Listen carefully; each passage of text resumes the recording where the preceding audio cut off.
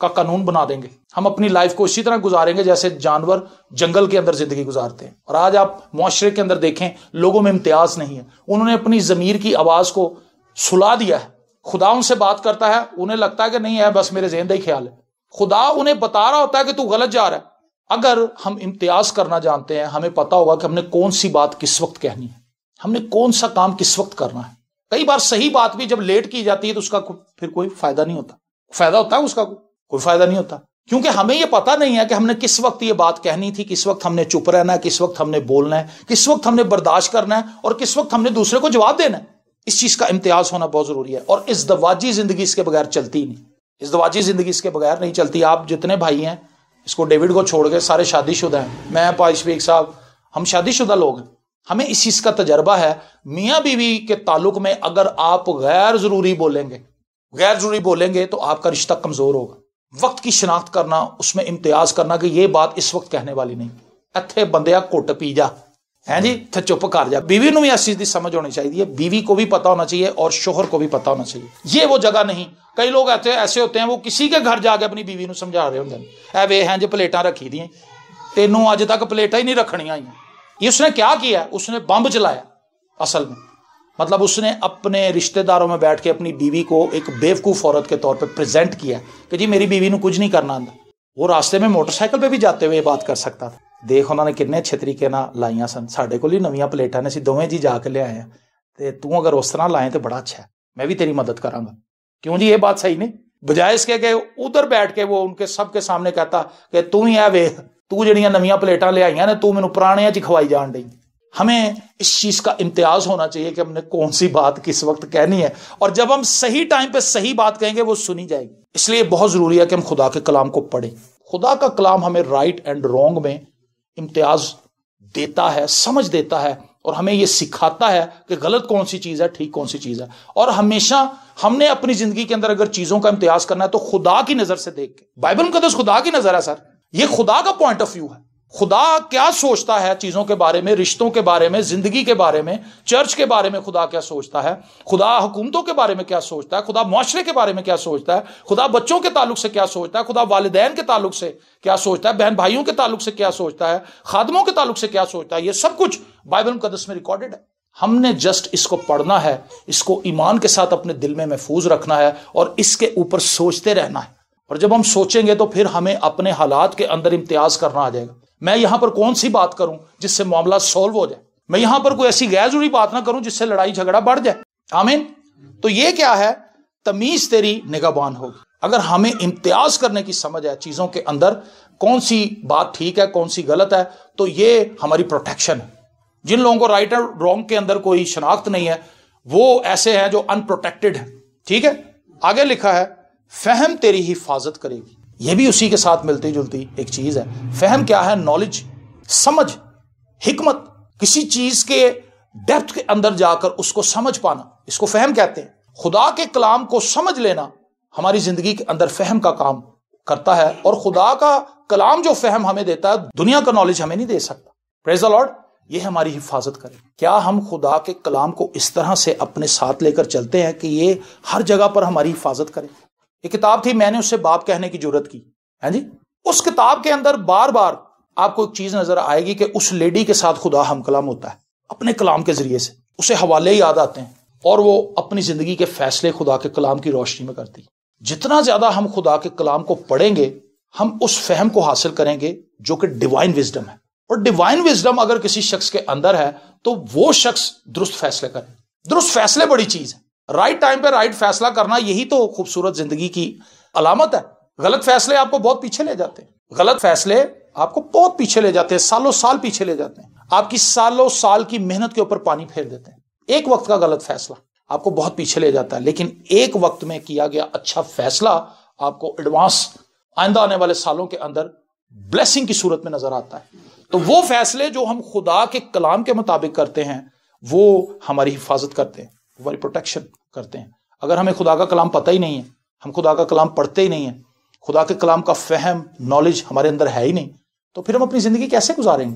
آج بہت سے لوگ آپ کو چرچ گورز نظر آتے ہیں, چرچ جانے والے لوگ ہیں اور دعا بھی کرتے ہیں, وہ فیملی پریئر بھی ان کے گھر کے اندر ہوتی ہے. آپ بہت سے لوگوں کو دعا کرتے ہوئے تو دیکھیں گے لیکن کلام پڑھتے ہوئے نہیں دیکھیں گے. میں صحیح کہہ رہے ہیں سر؟ دعا لوگ کر لیتے ہیں 5 منٹ کی 2 منٹ کی 3 منٹ کی, خداوند شکر ہے اج تو میری حفاظت کی تھی, تو مینوں کام تے لے کے گیا, سارا دیہڑے تو میرے نال رہا, ساری دیہڑی تو میرا ساتھ دیتا, تے ہن شام دا ویلا ہے تے ہن میں اپنے بچیاں نال روٹی کھا لئی تے ہن اسی سون لگے ہیں, تے خداوند تو حفاظت کریں. Hallelujah hallelujah. چلو دعا ہو گئی. ہر بندہ اس قسم کی دعا کر لیتا ہے. کئی بار ہم چلتے پھرتے بھی اس قسم کی دعائیں کر رہے ہوتے ہیں, لیکن بے شمار لوگ بائبل مقدس نہیں پڑھتے, ایون کہ پڑھے لکھے لوگ. اسی لیے وہ اس حکمت سے جو خدا انہیں اپنے کلام کے ذریعے سے دینا چاہتا ہے, انلائٹن کرنا چاہتا ہے, وہ اس روشنی, اس نور, اس فہم سے خالی ہوتے ہیں. اسی لیے جب ان کی زندگی کے اندر بحران آتے ہیں, آزمائشیں آتی ہیں, پریشانیاں آتی ہیں, تو پھر ان کے پاس کوئی اچھا فیصلہ کرنے کے لیے سٹف موجود نہیں ہوتا, کوئی سٹف موجود نہیں ہوتا. اگر گھر میں ساری چیزیں موجود ہیں تو بیوی کچھ بھی بنا سکتی کسی ویلے, پرونے آن تے پریشانی کوئی. کیوں جی؟ کیونکہ تمہیں پتا چکن بھی گھر پہ آیا ہے, گوشت بھی گھر پہ آیا, چاول بھی پے نے, پیاز, تھوم, لسن, ساریاں چیزاں. تمہیں بے فکری ہے کہ ہوں میں جاواں گا تو انہیں یا بریانی بنا لی ہونی یا انہیں قورمہ بنا لیا ہونا. تو جدو گھر چ کچھ نہیں تو انہیں تو کی بنائے گی وہ بیچاری؟ گنڈیاں تو ٹماٹراں تو زیادہ سے زیادہ ٹماٹر گنڈے کٹ کے وہی کڑائی رکھ دے گی سامنے. ٹھیک ہے کہ میرے بھن بھرا آئے تو کچھ لے کے ہی نہیں آیا. بالکل اسی طرح اگر ہمارے اندر خدا کا کلام موجود نہیں ہے اور ضرورت پڑ گئی ہے تو پھر ہم کیا نکالیں گے؟ اندر دے خالی پیا, باں کرن ڈیا دل, کلام ہے ہی نہیں اتنے. اتنے تے نفرتاں نے, قدورتاں نے, فکراں, آزمائشاں نے.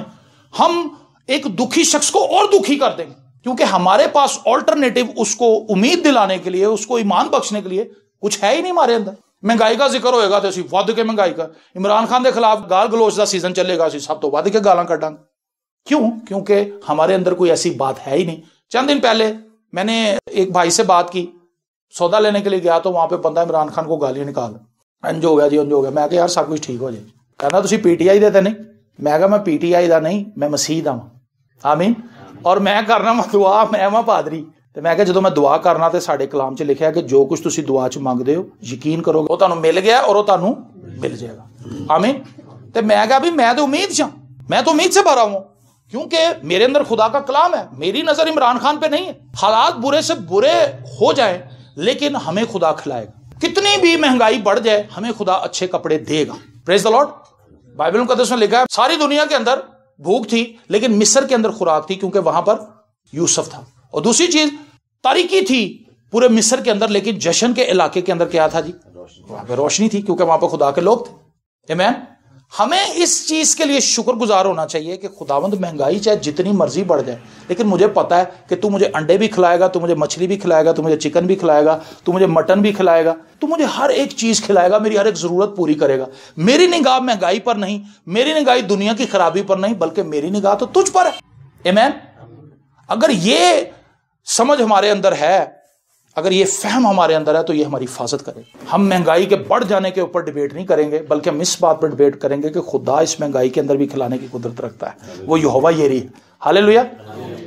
تو زندگی کے ہر ایک موڑ پر, خواہ ہم شادی شدہ ہیں, خواہ ہم سنگل ہیں, خواہ ہم شادی میں چل رہے ہیں, خواہ ہم بچوں والے ہیں, خواہ ہم بچوں والے نہیں ہیں, ہم زندگی کے جس بھی فیز کے اندر ہیں ہمیں خدا کے کلام کی ضرورت ہے. ہمیں خدا کے کلام کی ضرورت ہے. اور جب خدا کا کلام ہماری زندگی میں ہوگا یہ ہماری حفاظت کرے گا, یہ ہمیں پروٹیکٹ کرے گا.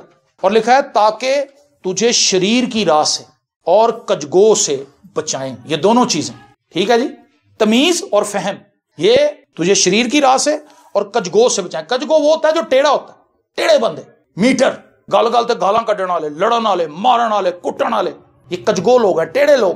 ان کو سیدھی زبان سمجھ نہیں آتی, عقل سے خالی لوگ, یہ ہیں کجگو, جن کو ہر معاملہ ہی ٹیڑھا نظر آتا ہے. اے چیز نو سیدھے طریقے نہ دیکھ نہیں سکتے, ان کا مائنڈ ایسا ہوتا ہے, یہ ہر چیز کو الٹ انداز میں دیکھتے ہیں. خدا کیا کرے گا؟ جو لوگ تمیز اور فہم سے بھرے ہوئے ہیں خدا اس کو کجگو سے بچائے گا. کجگو کی جو دوستی ہے نا وہ بڑی خطرناک ہے. کجگو آپ کی لائف کے اندر بہت کرائسس لے کر آتا ہے. اگر آپ کے کچھ ایسے دوست ہیں, آپ کے فیملی کے کچھ ایسے لوگ ہیں, آپ ان کو دیکھیں گے کہ وہ ٹربل میکر ہوتے ہیں. اور اگر کسی میں فہم اور تمیز نہیں تو اس کو ڈیل نہیں کرنا آتا, وہ بندہ لڑائی ضرور کرواتا ہے. لیکن جنہ چ فہم ہے تمیز ہے وہ بڑے حساب نال انہوں سائڈ تے لے جاندے, انہوں منہ کھولن ہی نہیں دیندے, اس تو پہلے ہی انہوں ہنے بنے کا چل بھی شور شرابہ پان تو پہلے ہی ਉਹਦੀ کہانی مکا دیندے. یار تو ادھر نکل جا, تو کیک لے آ میرا بھرا, ਚੱਲ بھی ਉਹਨੂੰ ਪੈਸੇ ਫੜਾਉਂਦੇ ਨੇ, ਪਰਚੀ ਫੜਾਉਂਦੇ, ਉਹ ਕੇਕ ਲੈਣ ਟੁਰ ਜਾਂਦਾ, ਉਨੀ ਦੇਰ ਪਿੱਛੋਂ ਨਿਕਾਹ ਹੋ ਜਾਂਦਾ. ਚਲੋ ਜੀ ਕੰਮ ਸਰ ਗਿਆ. تاکہ تجھے شریر کی راہ سے, جو شریر ہے, جو شیطان ہے, جو ابلیس ہے, اتنی خوبصورت ریپنگ میں اپنا جھوٹ لے کر ہمارے سامنے آتا ہے کہ ہم بآسانی اس کے ٹریپ کے اندر پھنس جاتے ہیں. اگر ہمارے اندر فہم نہ ہو, اگر ہمارے اندر تمیز نہ ہو. اس لیے بہت ضروری ہے کہ ہم خدا کے کلام کو پڑھیں. 2022 میں ہمارے لیے یہ انتہائی اہم بات ہوگی کہ ہم خدا کے کلام کو پڑھیں, خدا کے کلام کو سنیں, خدا کے کلام کو سیکھیں اور خدا کے کلام کو اپنے دل میں محفوظ رکھیں.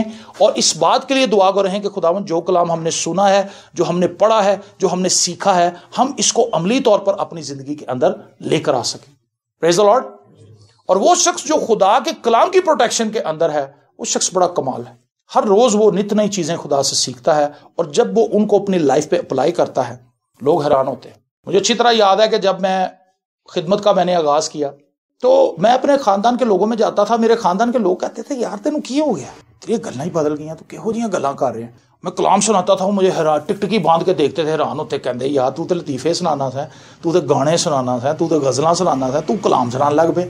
ان کے لیے میں حیرت کا باعث تھا, حیرت کا سبب تھا ان کے لیے, کیونکہ مجھے یہ لگتا تھا کہ جو مواد اب میرے پاس آیا ہے نا, یہ مواد زندگی بدلنے والا ہے. غلام علی کی غزلیں, مہدی حسن کی غزلیں کچھ بھی نہیں ہے اس کے آگے. یہ چیز بتانے والی ہے, یہ میرے رشتہ داروں کو پتہ چلنی چاہیے.